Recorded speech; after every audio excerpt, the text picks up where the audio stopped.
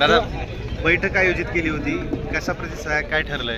आपण बघताय की या ठिकाणी फक्त काही तोंडी निरोपावर एवढे मोठे शेकडो शिवसैनिक या ठिकाणी जमा झालेले आहेत आणि निश्चितच उद्धवजी ठाकरे साहेब जे 28 तारखेला धाराशिव जिल्ह्यातील शिवसैनिकांना मार्गदर्शन करण्यासाठी येणार आहेत.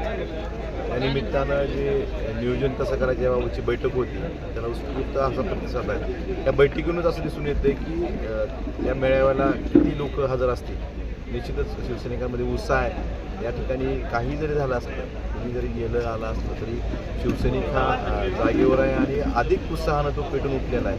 त्यामुळे निश्चितच इथून पुढचा काळ हा उद्धवजी ठाकरे साहेब जे सांगतील त्या दिवशी जे मार्गदर्शन करतील त्याच पद्धतीने शिवसैनिक पुढच्या काळात काम करतील. शिवसैनिकांना काय आव्हान असेल?